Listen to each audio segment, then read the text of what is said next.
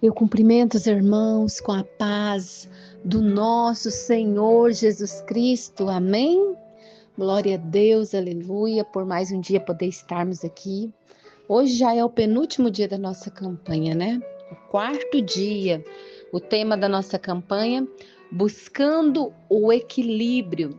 O verso para a nossa meditação está em Mateus 6, verso de número 33, que diz assim: Buscai, pois, em primeiro lugar o reino de Deus e a sua justiça, e todas essas coisas vos serão acrescentadas.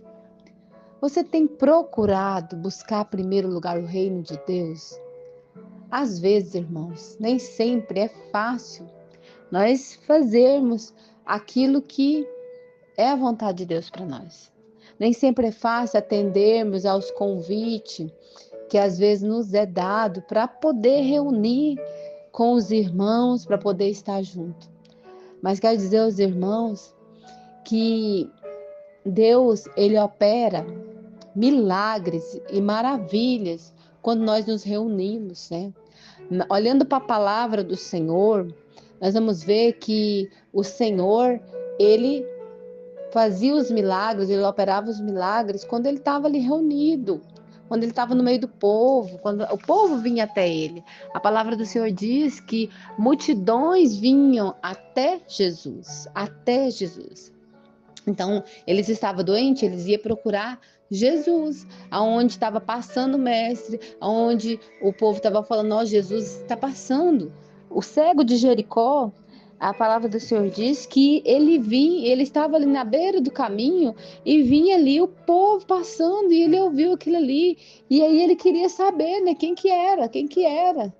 E pelo barulho da multidão, ele soube que era Jesus. E só que ele não sabia, não enxergava como é que ele ia fazer. E ele começa a clamar: Jesus, filho de Davi, tem misericórdia de mim. Então, até um cego, ele vai até Jesus. Imagina nós, irmãos. Nós precisamos ir até Jesus. Ah, mas nós sabemos que o nosso Senhor, ele é um Deus onipotente, onipresente, onisciente. Ele está em todo lugar. Ele se faz presente aqui na minha casa. Sim, ele se faz presente na nossa casa, irmãos. Mas há um poder, há uma unção sobre os encontros. A palavra do Senhor diz que onde tem dois ou mais reunidos em seu nome, ali o Senhor está no meio deles. Né? É importante que você congregue numa igreja. Né? Não fique só na sua casa. Ah, mas eu estou aqui, eu estou buscando a Deus. Não busca sozinho não, meu irmão, minha irmã. Busca junto. É bom nós estarmos juntos. Por quê? Porque ali nós estamos reunidos e a palavra do Senhor diz que ó quão bom e quão suave que os irmãos vivem em união, né? Então nós temos que congregar juntos. Quero dizer para os irmãos que um dia eu fui convidada para um culto no lar. Um culto no lar. Esses dias para trás eu falei que eu fui convidada para um culto no lar. Eu ouvi essa palavra, buscar em primeiro lugar o reino de Deus, né? E nesse culto no lar, lá o Senhor falou comigo. Tinha muito tempo que eu estava desempregada. Quando eu coloquei em primeiro lugar o reino de Deus e a sua justiça para mim, Deus abriu as portas. As coisas aconteceram na minha vida e não precisou de eu ficar com aquela preocupação. Outra vez, eu fui convidada para um culto no lar. E esse culto era num setor bem longe do meu. E na ocasião, a minha filha Giovana, ela tinha 11 meses. Ela tinha um problema muito sério de coração. Ela tinha que operar com 1 ano de idade. Eu já tinha feito os exames pré-operatórios dela, já estava certo, a marcação da cirurgia estava tudo certo. E eu ia nesse culto. Quando eu cheguei nesse culto lá, tinha um pastor de fora. Era uma casa que eu nunca tinha ido. E naquela igreja ali, naquela casa ali, fez um culto, uma oração. E naquela oração, o pastor chegou e orou para a Giovana no meu braço ainda e falou para mim assim: Olha, Deus está trocando o coração da sua filha. Deus está trocando o coração da sua filha. No final do culto, eu fui até o pastor e eu falei: Ô pastor, o senhor orou pela minha filha vai fazer uma cirurgia no coração, ela tem um problema. Ele falou: Você não escutou eu te dizer que o Senhor está trocando o coração da sua filha, que o Senhor trocou o coração da sua filha não vai fazer cirurgia, sua filha não tem mais nenhum problema. Pode fazer o exame. Falou desse jeito para mim. E é claro que nós, seres humanos, a primeira coisa que a gente quer fazer é comprovar a nossa cura, comprovar, ver com os olhos, né, carnais, a gente quer ver. E eu procurei mais que depressa fazer um exame, até particular, porque a gente já tinha feito os outros exames, e eu fui novamente na médica. E quando eu fui na médica, ela pediu para que eu fizesse o exame novamente lá no hospital. Eu fiz. E quando eu fiz, ela olhou o exame e começou a chamar muitos médicos para a sala, muitos médicos. E eu fiquei preocupada porque parecia que o caso tinha ficado pior pela quantidade de médico que ficou naquela sala olhando os exames. E ela pegou e eu examinava ela muito séria, olhava para os exames e ela falou para mim: olha, eu vou falar uma coisa para você. Por enquanto, nós não vamos fazer a cirurgia. Nós vamos acompanhar a sua filha. Você vai trazer ela para nós aqui de 3 em 3 meses para a gente estar acompanhando. Mas nós não vamos fazer a cirurgia porque eu não sei porquê. O problema dela sumiu. Não sei porquê. Não tem mais necessidade de fazer essa cirurgia. E eu fiquei acompanhando ela de 3 em 3 meses, depois de 6 em 6 meses, até 13 anos de idade. Isso ela tinha 11 meses. Nunca mais esse problema voltou, para a honra e a glória do Senhor Jesus. E esse milagre, irmão e irmã, aconteceu no culto no lar. Então, às vezes, você fala assim: ah, não vou lá naquela casa, não. Estou falando disso hoje na nossa igreja, tem culto no lar.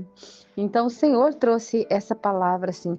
Então, assim, se você tiver a oportunidade de reunir, ontem nós reunimos com as irmãs, na tarde delas, e foi uma bênção, foi um mover maravilhoso ali naquele lugar. Busca estar na presença do Senhor. Se você receber um convite para um culto, vai na igreja. No culto no lar, vai na casa do irmão. Numa tarde com elas, vai. Num chá das mulheres, vai. Aproveita as oportunidades que tem te apresentado, que o Senhor tem te dado. Amém?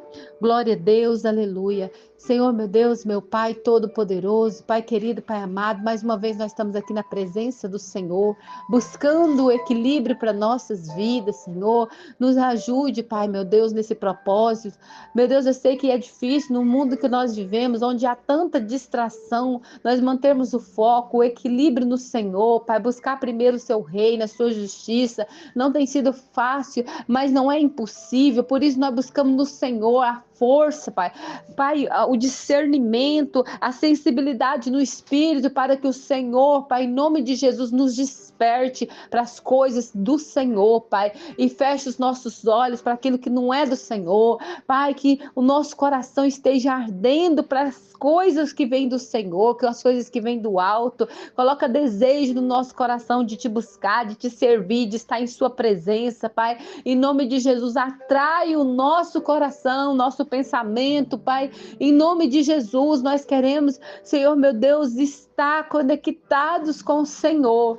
Tira, Pai, tudo que não vem de Ti, da nossa vida, da nossa casa, da nossa família, do meio da nossa parentela. Nós damos uma ordem agora para que bata em retirada todo espírito maligno, tudo aquilo que não vem do Senhor, Pai, bata em retirada agora, em nome de Jesus. Que se há uma brecha, Pai, na nossa casa, que o Senhor nos ajude a restaurar essa brecha, a reparar essa brecha, Pai, em nome de Jesus, porque a nossa casa, ela pertence ao Senhor, Pai, em nome de Jesus. A nossa família é do Senhor Jesus, e praga nenhuma chegará à tua tenda, porque o Senhor dará ordem aos seus anjos para te guardar em todos os seus caminhos, em nome de Jesus. Senhor, abra nossos olhos, mostra para nós, Senhor, meu Deus, aleluia, aonde nós precisamos mudar, mostra o nosso pecado, mostra onde nós temos errado, mostra, Pai, para que nós venhamos nos corrigir, Pai, em nome do Senhor Jesus Cristo. Assim nós oramos e agradecemos em nome de Jesus. Amém? Meus irmãos, nós vamos agora para a palavra do Senhor, e eu quero convidar você a abrir sua Bíblia no livro de 2 Timóteo, no capítulo de número 1. Nós vamos ler a partir do verso de número 6, amém? Glória a Deus, aleluia. Na minha Bíblia tem por título A Prática do Zelo, da Firmeza e da Fidelidade, aleluia. Glória a Deus. Por essa razão, pois te admoesto que reavives o dom de Deus que há em ti, pela imposição das minhas mãos. Porque Deus não nos tem dado espírito de covardia, mas de poder, de amor e de moderação. Não te envergonhes, portanto, do testemunho de nosso Senhor e nem do seu encarcerado, que sou eu. Aqui é o apóstolo Paulo que está falando. Pelo contrário, participa comigo dos sofrimentos a favor do evangelho, segundo o poder de Deus que nos salvou e nos chamou com santa vocação.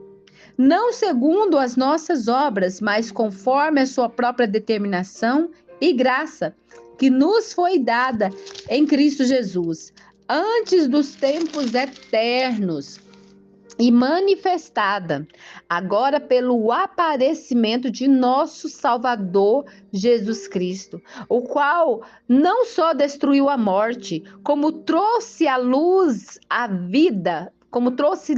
vida e a imortalidade mediante o Evangelho, para o qual eu fui designado pregador, apóstolo e mestre, e por isso estou sofrendo essas coisas. Todavia não me envergonho, porque sei em quem tenho crido, e estou certo de que Ele é poderoso para guardar meu depósito até aquele dia. Mantenha o padrão das sãs palavras que de mim ouviste, com fé e com amor que está em Cristo Jesus. Guarda o bom depósito mediante o Espírito Santo que habita em nós. O Espírito Santo habita em nós. Aqui a palavra do Senhor está dizendo, aleluia, que Jesus, ele trouxe luz à vida e à imortalidade mediante o Evangelho. O apóstolo Paulo escreveu essa palavra há muitos anos, ele morreu há muitos anos, mas até hoje nós falamos do apóstolo Paulo, nós alimentamos essa palavra aqui, lembramos do seu ministério, do quão sofrido foi, para que ele pudesse trazer para nós hoje esse conhecimento. Através do Evangelho, ele continua imortal, ele continua aqui, sendo exemplo para nós. E aqui no verso de número 7, a palavra do Senhor fala, porque Deus não nos tem dado o espírito de covardia, Às vezes fala assim, não, eu não vou, e fica aquele espírito reprimido, e a gente se torna uma pessoa covarde, Mas a palavra do Senhor diz que Ele deu o espírito de poder. Eu posso todas as coisas naquele que me fortalece. Com Deus eu vou, aleluia. Tem um louvor que fala, se Cristo comigo vai, eu irei. Quantas vezes, irmãos, eu fiz coisas que eu não conseguia fazer, mas eu falava, se Cristo comigo vai, eu irei. Coisas que eu tinha medo de fazer. Por um tempo eu tive medo, por causa de um trauma, eu tive medo de dirigir. E eu cantava esse louvor dirigindo. Se Cristo comigo vai, eu irei. Aleluia. Se Cristo comigo vai, eu irei. Fala isso. Aleluia. Deus deu espírito de poder. Aleluia. Glória a Deus. De amor, de moderação. Essa moderação é o equilíbrio que nós precisamos, sermos moderados, sermos controlados, Glória a Deus. A palavra do Senhor também traz uma história de pessoa, de um exemplo, de uma pessoa que não foi controlada, uma pessoa que agiu por impulso, agiu pelo momento, que foi Esaú, Lá em Gênesis, no capítulo de número 25, no verso de número 29, conta a história que Jacó, ele tinha feito ali um cozinhado e Esaú, ele veio do campo. Ele estava trabalhando, ele veio cansado do campo e ele fala para Jacó, peço-te que me deixes comer um pouco desse cozinhado vermelho, pois eu estou morrendo. Eu estou esmorecido, eu estou morrendo de fome. Às vezes a gente pega e tem essa expressão, estou morrendo de fome, A gente fala assim. E Jacó aproveitou aquela oportunidade e falou para ele, então vende primeiro o seu direito de primogenitura.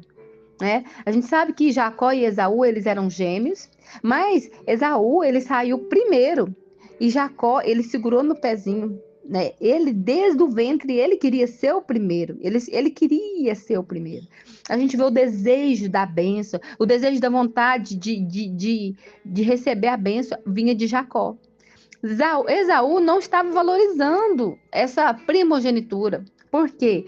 Nesse momento aqui, ó, que ele estava ali com fome, ele fala assim, no verso 32, ele diz assim: eu estou a ponto de morrer, de que me aproveitará o direito de primogenitura? Então disse Jacó: jura-me primeiro. Ele jurou e vendeu o seu direito de primogenitura a Jacó. Deu, pois, a Jacó Deu, pois, Jacó a Esaú o pão e o cozinhado de lentilhas, e ele comeu e bebeu, levantou e saiu. E assim Esaú desprezou o seu direito de primogenitura. Então, meus irmãos, quando nós não temos o controle, o domínio próprio, né, às vezes dá uma fome, aqui foi uma fome, né? Isso é necessidade do nosso corpo. É difícil ficar com fome? É difícil, mas será que ele não poderia recorrer a outra coisa sem ser jurar? Será que só tinha aquela comida de Esaú? Né? A gente não sabe quais que eram as condições ali, mas é um alerta para nós, porque às vezes nós estamos ali com fome, com sede, sentindo alguma necessidade.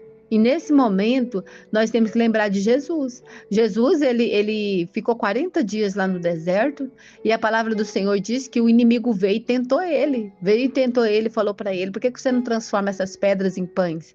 E ele falou: porque nem só de pão viverá o homem, mas de toda palavra que vem da boca de Deus. Essa foi a resposta de Jesus, né, para Satanás. E aqui, qual que foi a resposta de Esaú para Jacó? Ah, de que vai me valer essa primogenitura? Eu estou a ponto de morrer mesmo, né? Então foi essa a resposta. Ele jogou para lá, ele desprezou. Então, se ele tivesse se apegado na palavra de Deus, com certeza ele teria ali uma resposta de Deus, porque a palavra do Senhor diz que os anjos vieram e serviram a Jesus, depois que Jesus resistiu toda a tentação ali no deserto. Nós precisamos resistir. Sujeitai-vos a Deus, resistir o diabo e ele fugirá de vós. Amém? Glória a Deus, aleluia. Senhor, meu Deus e meu Pai todo-poderoso, Pai querido, Pai amado. Oh, Senhor, obrigada pela palavra do Senhor.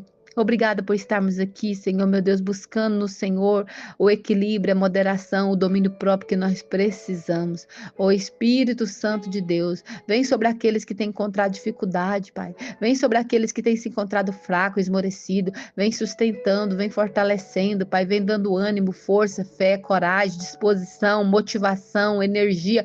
Tudo que eles necessitam, Pai. Repõe, recarrega, Senhor, meu Deus, a cada um de nós. E visita aqueles que estão enfermos, aqueles que estão doentes, aqueles que estão presos, encarcerados, aqueles que estão, meu Deus, entristecidos, Senhor, aqueles que estão sobre efeito de medicação, sobre uma possessão ali, que o Senhor venha repreender agora, em nome de Jesus, todo espírito maligno, tudo aquilo que tem controlado essa mente, nós repreendemos agora na autoridade do nome do Senhor Jesus Cristo. Pai, declaramos a bênção do Senhor sobre a vida de cada um, Senhor, a cura, o milagre do Senhor, Pai, que o Senhor usa, Senhor, meu Deus, esses momentos que nós estamos conectados com o Senhor, para manifestar seu poder, para manifestar sua glória, para manifestar sua cura, Pai, em nome do Senhor Jesus Cristo, porque eu sei, meu Deus, que não existe barreira para que o Senhor venha, meu Deus, ficar preso. Não, o Senhor vai aonde tiver que ir, aonde tiver uma pessoa agora, Senhor, sentindo dor, aonde tiver uma pessoa que agora necessitando de um socorro do Senhor, clamando junto comigo, eu oro para que essa pessoa seja respondida. Eu oro para que o Senhor venha, meu Deus, trazer resposta e abrir a porta, às vezes aonde não tem porta, que o Senhor venha, meu Deus, operar um milagre, entregar a resposta na mão dessa pessoa, para essa pessoa que precisa hoje pagar uma conta, essa pessoa que precisa hoje, meu Deus, em nome de Jesus. Essa pessoa não sabe de onde vem o recurso, mas o Senhor é Deus que provê. Então, em nome do Senhor Jesus, Pai, faça com que esse recurso chegue até ela, para que essa pessoa glorifique o nome do Senhor, em nome de Jesus. Amém. Glória a Deus, aleluia. Que a graça de nosso Senhor e Salvador Jesus Cristo, o grande amor de Deus, nosso Pai, e a doce comunhão do Espírito Santo de Deus seja com cada um de nós, não só agora, mas para todos sempre. E todos digam amém. Ficam todos na paz do Senhor Jesus. Eu agradeço a oportunidade.